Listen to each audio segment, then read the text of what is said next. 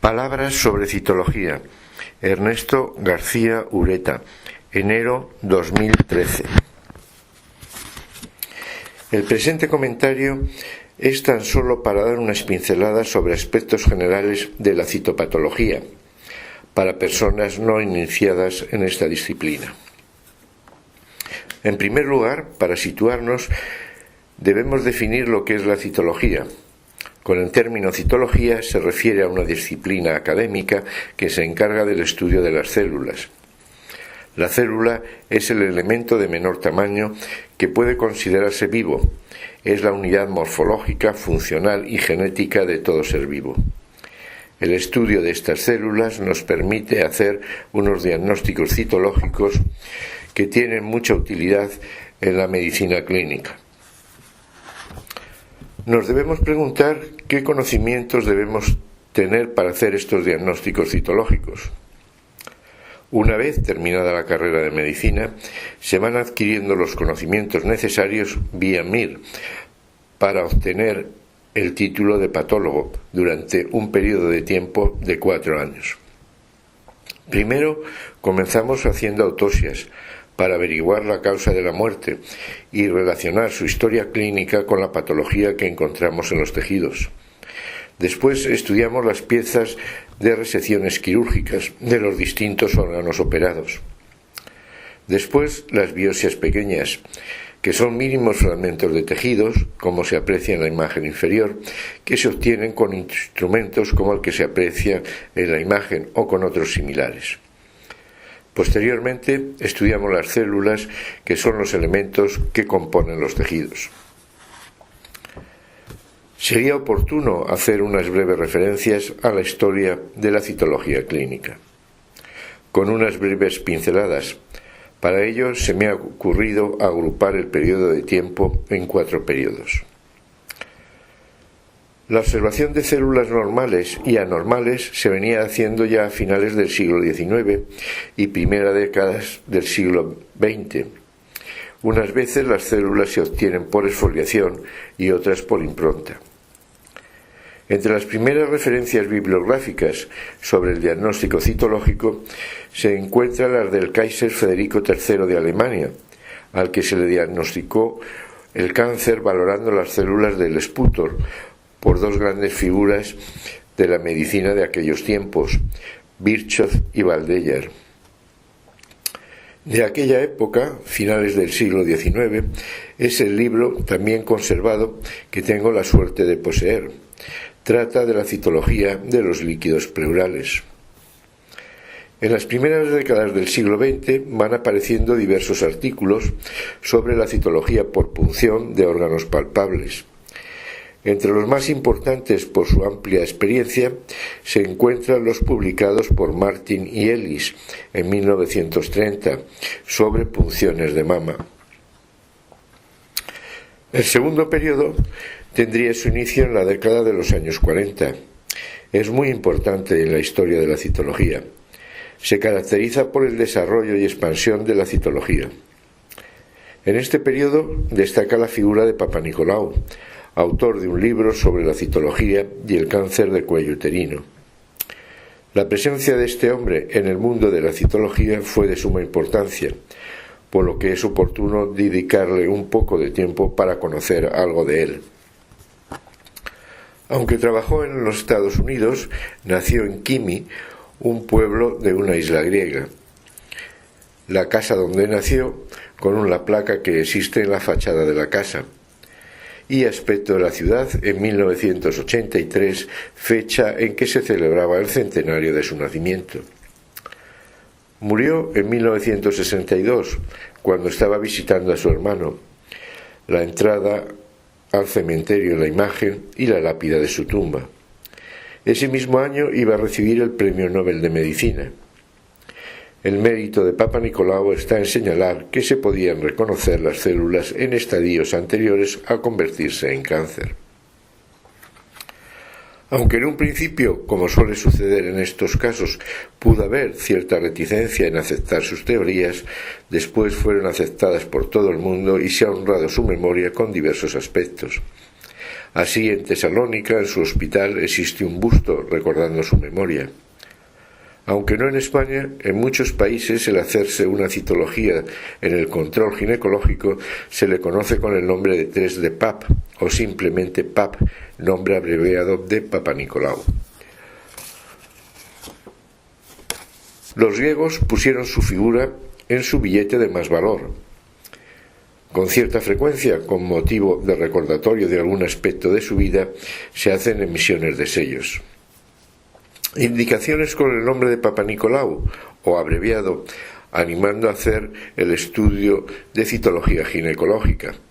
Imágenes propagandísticas de carteles en países sudamericanos. Las ideas y las observaciones pueden muchas veces tener un origen multicéntrico y sus raíces pueden extenderse más allá de los límites de cualquier concepto particular. En el mismo tiempo, este patólogo rumano, Babes, estaba realizando los mismos estudios, llegando a las mismas conclusiones en relación con la importancia de reconocer las células antes de convertirse en cáncer. Estos son algunos de sus artículos, el de la derecha de 1927. Papanicolau llegó a ser muy afamado, Babes prácticamente desconocido. Desafortunadamente, estos estudios llegaron demasiado tarde para algunas mujeres, debido a la época en que les tocó vivir. Aquí dos víctimas de la enfermedad ginecológica. Rosalía de Castro falleció con 47 años y Eva Perón, que falleció con 33 años. Es de desear que esto no ocurra en nuestros tiempos. Revisiones ginecológicas evitan estos procesos. El tercer periodo se inicia en la década de los años 50. Se podía considerar como el periodo de consolidación de la citología. En 1957 se funda la revista Acta Citológica, considerado el mejor medio de difusión de artículos científicos sobre citología clínica. Estos son los formatos con que se ha ido editando la revista. Posteriormente fueron apareciendo otras revistas, en la imagen las principales de ellas en literatura inglesa. En España también se editaron y se siguen editando revistas de citología en la actualidad con el nombre de Patología. De forma paralela se van fundando sociedades y asociaciones nacionales e internacionales. La década de los años 80 marcó el inicio de un nuevo aspecto para el diagnóstico. Fue la introducción de la punción aspiración con aguja fina, mucho más desarrollada en Europa, especialmente en Suiza, desde donde se extendió al resto de los países. Es una técnica prácticamente indolora, que consiste en introducir una aguja fina en la lesión o en la tumoración y aspirar para obtener células para estudiarlas. Las agujas empleadas son mucho más finas que las de las inyecciones. Llegaríamos al cuarto periodo, que sería el de los últimos años y en el que nos encontramos actualmente, en el que, como en todos los aspectos de las ciencias médicas, se ha evolucionado. Desde el punto de vista de la terminología empleada en los diagnósticos, se está tratando de que todo el mundo se corresponda con un mismo patrón, es decir, que todos nos expresemos con las mismas palabras. En este sentido, ya ha habido en Bethesda, una ciudad de los Estados Unidos, varias reuniones.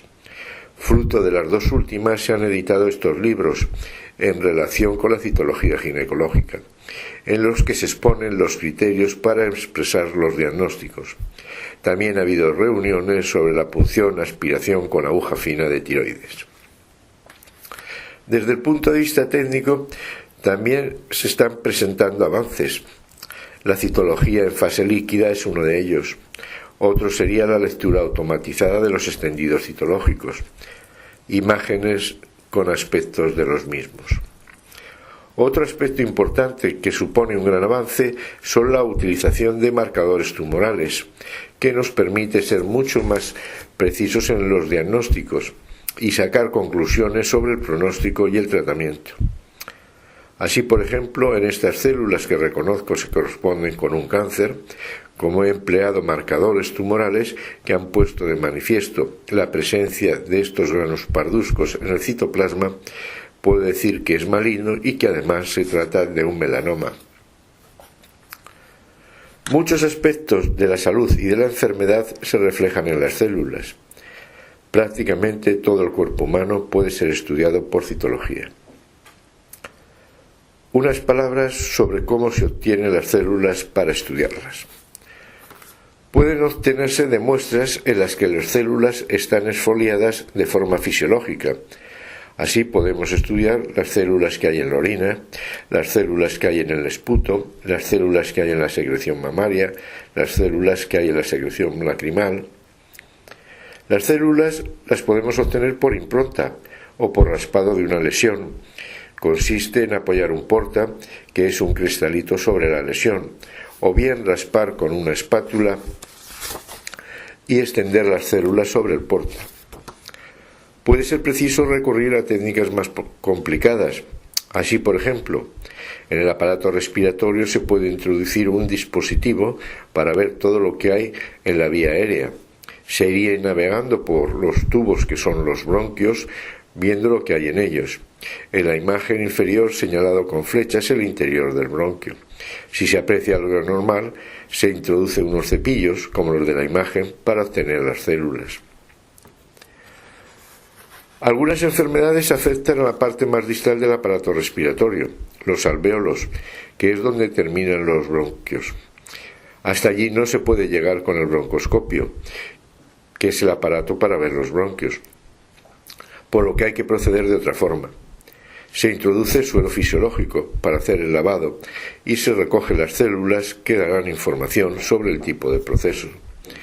En las imágenes inferiores, distintos tipos de células que corresponden a entidades distintas, lo que supone distintos tratamientos.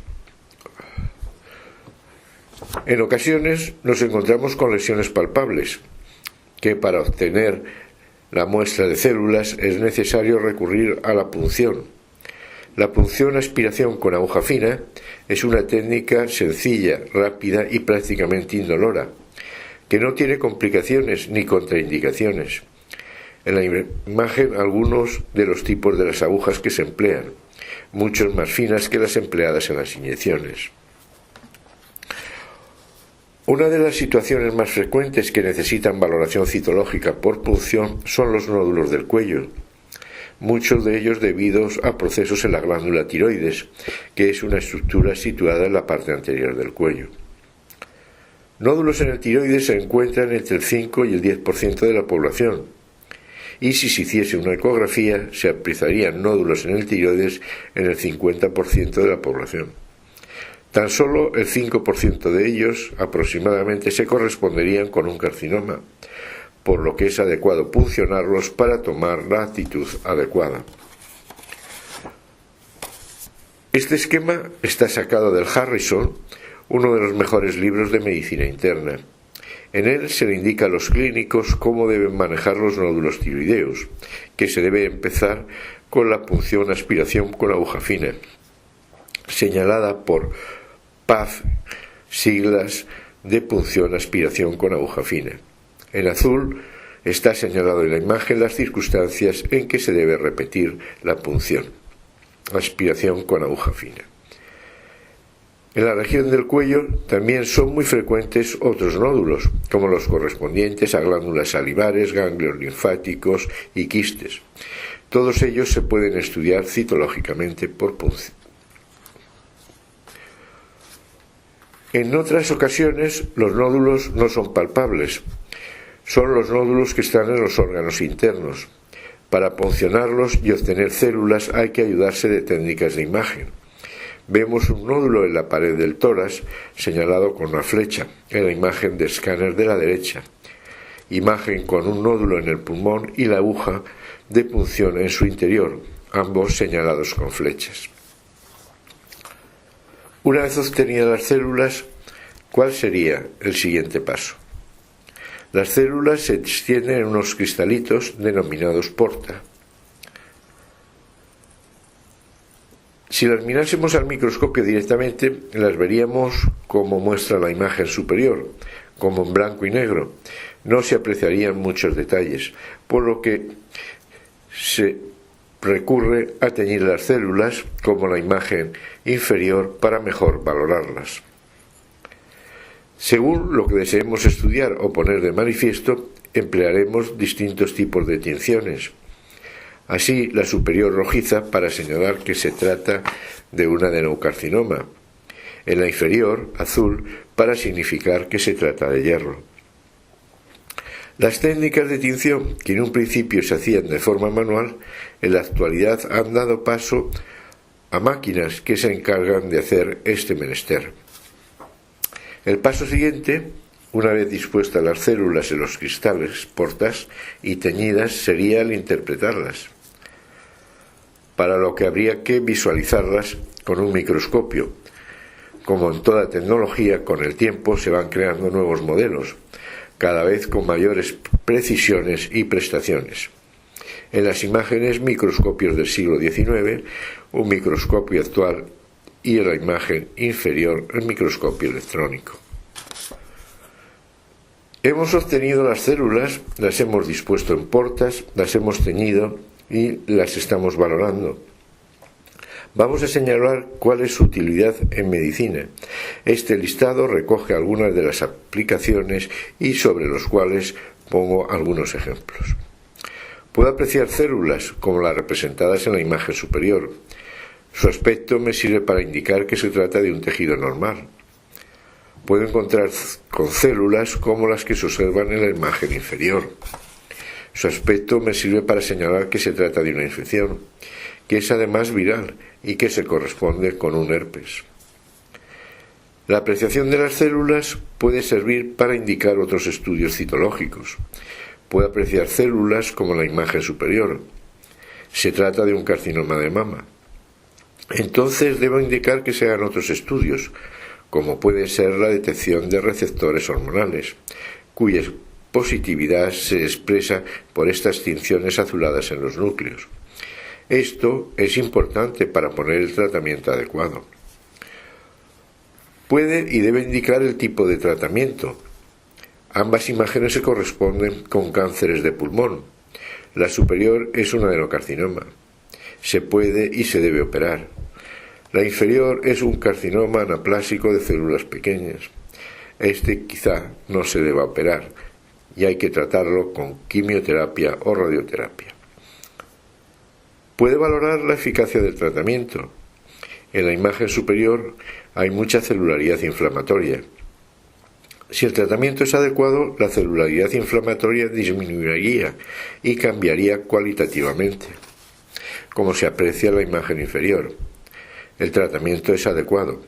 Si la imagen superior persistiese, en otras tomas de muestras citológicas indicaría que no hay respuesta adecuada al tratamiento.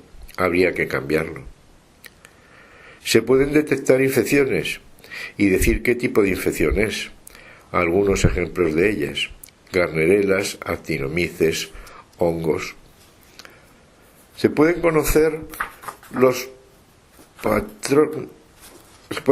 datos pronósticos. Podemos conocer que una persona tiene un determinado tumor y apreciar las células en otra localización distinta del tumor primario, lo que indica que el tumor se ha extendido, lo que supondría un cambio en el tratamiento. Así, por ejemplo, en la imagen superior se ven células del cáncer de estómago en un líquido pleural.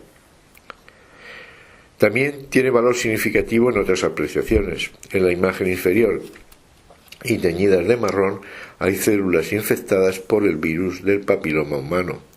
Debo saber por qué grupo de virus están infectadas, ya que no supone lo mismo un grupo de virus que otro para el riesgo de padecer cáncer. Uno de los apartados más interesantes de la citología es el que se pueden reconocer las células antes de que se conviertan en cáncer. Como en otros aspectos de la naturaleza, existe una transformación gradual entre lo que es benigno y lo que es maligno. No hay cambios bruscos, no se pasa del blanco al negro en un salto. Hay situaciones intermedias, nosotros podemos reconocerlas y actuar sobre ellas. Este esquema trata de representar lo referido. En la parte superior, un epitelio normal. Lesiones interepiteliales de las células representadas por un color amarillo, hasta convertirse en cáncer, que en la imagen inferior se ve cómo está invadiendo, desplazándose por el tejido subyacente. Todas estas situaciones, si son detectadas, el tratamiento es fácil con mínima agresividad. Lo referido en el esquema se corresponde con distintas imágenes, con distinto grado de preocupación según su aspecto, a los que es preciso realizar una citología o biopsia para saber qué tipo de lesión se trata. Aspectos de cervix, uterinos con distintas imágenes preocupantes. Imágenes de biopsias con distintos grados de atipias, situados siempre en el espesor del epitelio. Aspectos de células con diversos grados de atipia, desde leves a más graves. Hemos señalado que se pueden reconocer las células antes de que se conviertan en cáncer. Esto supone una gran ventaja, ya que con mínimas actuaciones podemos evitar que lleguen a tener un cáncer. Otro aspecto de mucha importancia está en la posibilidad de detectar el cáncer en sus primeros estadios, ya que entonces el cáncer es curable. Uno de los problemas del cáncer es que no le da sintomatología hasta en estados muy avanzados. Si el cáncer se detecta en los primeros estadios, se puede curar. De aquí la importancia de los controles periódicos. Por ejemplo, es conocido que determinadas personas por su actividad laboral están más predispuestas a padecer determinados tipos de cánceres. Los pintores, los que trabajan en las gasolineras, los del carbón y la metalurgia, los que trabajan con colorantes, están más predispuestos a padecer cáncer de vejiga. Un simple examen de orina ayudaría a detectar el cáncer en sus primeros estadios. En muchos convenios laborales está contemplado por las empresas este aspecto y se estudia citológicamente la orina de los trabajadores. Se sabe también que la relación de fumar con enfermedades de pulmón. Igualmente, en determinadas empresas hay convenios laborales en los que se les ofrece a los trabajadores la posibilidad del estudio citológico del esputo. El cáncer de pulmón es un proceso de suma importancia. Supone la primera causa de muerte en el varón por neoplasias y la tercera en la mujer. Para su curación o supervivencia es fundamental un diagnóstico temprano. Aquellas personas en las que se detecta el cáncer en controles de screening, es decir, en los que se le detecta sin tener sintomatología y que se ha hecho en un estudio de control, presentan una alta supervivencia, aproximadamente el 80% a los 5 años. Determinadas mujeres tienen una mayor predisposición a padecer cáncer de mama. Los cánceres de mama los podíamos agrupar en dos grandes apartados: carcinomas ductales, que se originarían en los ductos, en el esquema que recoge la arquitectura histológica de la mama, señalado con una gruesa flecha, y el carcinoma lobular, que se origina en los lobulillos, en el esquema señalizado con una flecha fina. La mayor parte de los cánceres de mama son carcinomas ductales.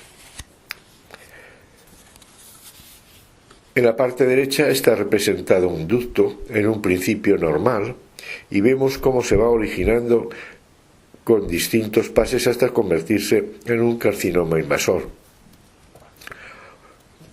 una vez que empieza a extenderse por fuera del ducto. Todos estos procesos en un principio suponen un tamaño mínimo, no se pueden palpar. Los nódulos de la mama, dependiendo del tipo de mama, suelen palpar cuando alcanzan un tamaño de 1 centímetro. Desde el punto de vista citológico, estas lesiones se pueden detectar antes de que sean palpables. El pezón de la mama termina en unos 8 ductos. Aquellos que presentan secreción fuera del periodo que les corresponde pueden tener patología. Colocando un dispositivo en la mama similar a un sacaleches, como se aprecia en la imagen, se evidencian los conductos que tienen secreción. En ellos se puede introducir un catéter, como en la figura, y lavar con suero fisiológico, como en el esquema inferior, para valorar las células. Si se detectan células anormales, se puede introducir un ductoscopio, como el de la imagen, para ver lo que hay en el interior del ducto. En la parte inferior, imágenes del ducto con distintas patologías. A modo de ejemplo, voy a hacer referencia a la citología de algunos aparatos del organismo. El aparato respiratorio, habíamos señalado que una muestra simple era el estudio de los esputos. También apuntábamos la utilidad de las muestras tomadas desde la visión directa, mediante el cepillado de los bronquios y el lavado de las partes más distales. El aparato respiratorio puede estar afectado también por procesos alérgicos. Aquí el estudio citológico puede estar orientado hacia distintas muestras: moco nasal, exudado lacrimal, esputo, para valorar la presencia del tipo de células que están en la imagen inferior. Son los eosinófilos, con estos granitos de color rojo. En ocasiones, bien por procesos pulmonares o por otras causas, se producen derrames pleurales. Es preciso estudiar las células que hay en el líquido para averiguar la causa. El líquido se obtiene por punción. Derrames, es decir, acúmulos de líquidos, pueden estar también en otras localizaciones: en el pericardio, alrededor del corazón; en el abdomen se llama ascitis; en las articulaciones el líquido sinovial. El líquido cefalorraquídeo baña el cerebro y la médula espinal. También puede ser objeto de estudio citológico, ya que en ellos puede existir celularidad representativa de la patología. El aparato digestivo, al igual que sucede con el aparato respiratorio, puede ser explorado y visualizado. Introduciendo un instrumento óptico por boca, se alcanzaría hasta el duodeno y vías biliares para su visualización. Si se aprecia alguna anomalía, se cepilla la lesión. En la parte inferior distal del aparato digestivo se procede de la misma manera, introduciendo un aparato óptico, rectoscopio por vía anal, cepillando las lesiones sospechosas. La viñeta de J. Morgan es tan solo una gracia que para nada se ajusta con la realidad. El aparato urinario también se puede estudiar citológicamente. Se puede utilizar orina obtenida por misión espontánea, o también lavados de la vejiga urinaria visualizada por cistoscopia, de los uréteres e incluso de la pelvis renal. Uno de los aspectos más importantes de la citología está en el campo de la detección precoz de las lesiones premalignas. En uno de los territorios donde ha alcanzado mayor relevancia ha sido en el terreno ginecológico. Uno de los capítulos más importantes está en la detección de las lesiones precursoras del cáncer de cervix. La técnica no supone nada especial. No lleva consigo ningún riesgo. Se trata de visualizar el cuello uterino. Este esquema representa el útero con el cuello uterino en la parte inferior. En la otra proyección vemos cómo se aprecia en la imagen de la derecha. Es como lo observa el ginecólogo. La técnica, una vez visualizado el cuello uterino, se recoge las células pasando una espátula o un cepillo. Es una práctica indolora, rápida, que no tiene ninguna contraindicación, ni supone ningún riesgo. Esta imagen, como otras que siguen, están recogidas de carteles de propaganda en países sudamericanos. Un aspecto muy importante relacionado con el cáncer de cervix es el virus del papiloma humano, cuya representación está recogida en el esquema.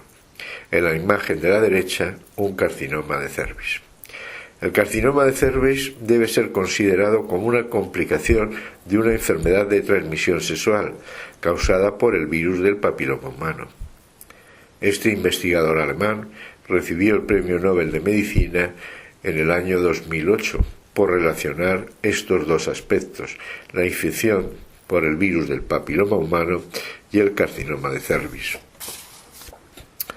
La infección por el virus del papiloma humano no produce ningún tipo de sintomatología, pasando para las mujeres pacientes totalmente desapercibida. Los virus del papiloma humano son un grupo muy numeroso, con más de 200 grupos, de los cuales el grupo mucocutáneo es el que produce lesiones genitales. Se agrupan en bajo y alto riesgo, en relación a su capacidad de producir cáncer. Hay más de 25 grupos de virus que pueden infectar las zonas anogenitales del hombre y de la mujer. De ellos, un grupo liderado por los tipos 16 y 18 son considerados oncogénicos de alto riesgo. Otro liderado por los tipos 6 y 11 son considerados no oncogénicos o de bajo riesgo. Otros grupos son de riesgo indeterminado. Esta infección por el virus del papiloma humano, en la mayor parte de los casos, se resuelve durante el primer año. La infección desaparece sin tener que hacer nada. En el 90% de los casos, la infección ha desaparecido transcurridos 2 años sin tener que hacer nada. Entre el 5 y el 10% de los casos, la infección persiste y es un factor de riesgo importante para producir el cáncer. El cáncer no se produce de forma brusca, necesita bastante tiempo, dando múltiples oportunidades para su detección. La mayoría de las mujeres infectadas por el virus del papiloma humano no tienen una infección persistente cuando son examinadas repetidas veces considerando únicamente el mismo tipo viral. Así, una mujer examinada puede, por ejemplo, estar infectada por el virus del papiloma humano tipo 16. Probablemente un examen posterior ha desaparecido la infección del virus del papiloma humano tipo 16, aunque puede estar infectada por otro virus del papiloma humano. La detección ocasional del virus del papiloma humano en mujeres jóvenes sexualmente activas puede ser frecuente y no tener importancia clínica. Imágenes de los aspectos macroscópicos del cervix en la infección del virus del papiloma humano. Pueden ser muy diversas, desde aspectos casi normales hasta presentar diversos tipos de irregularidades. Imágenes de células correspondientes a la infección del virus del papiloma humano, presentando estas células que le son características con unos espacios claros alrededor del núcleo. Son denominadas coilocitos. Otras imágenes citológicas orientativas de este tipo de infección: células en fibra, células en sarampión, células multinucleadas. Es de señalar que en la patología del carcinoma de cervix un factor necesario es la infección por el virus del papiloma humano, pero no es exclusivo. Necesita de otros cofactores, como pueden ser genéticos o enfermedades o infecciones añadidas. Es un proceso progresivo, como se señala en el esquema, pero teniendo también en cuenta que de distintas fases se puede retornar a la normalidad. Decíamos que en la aparición del carcinoma de cervix un importante factor es la infección por el virus del papiloma humano. También hemos señalado que hay muchos grupos de virus. No todos los grupos tienen la misma capacidad para provocar cáncer. Nosotros en citología podemos poner de manifiesto qué tipo de virus está provocando la infección. Aquí apreciamos la positividad en las células por el tipo de virus del papiloma humano con marcadores que hayamos empleado. Este es el final, ya tan solo agradecerles su atención.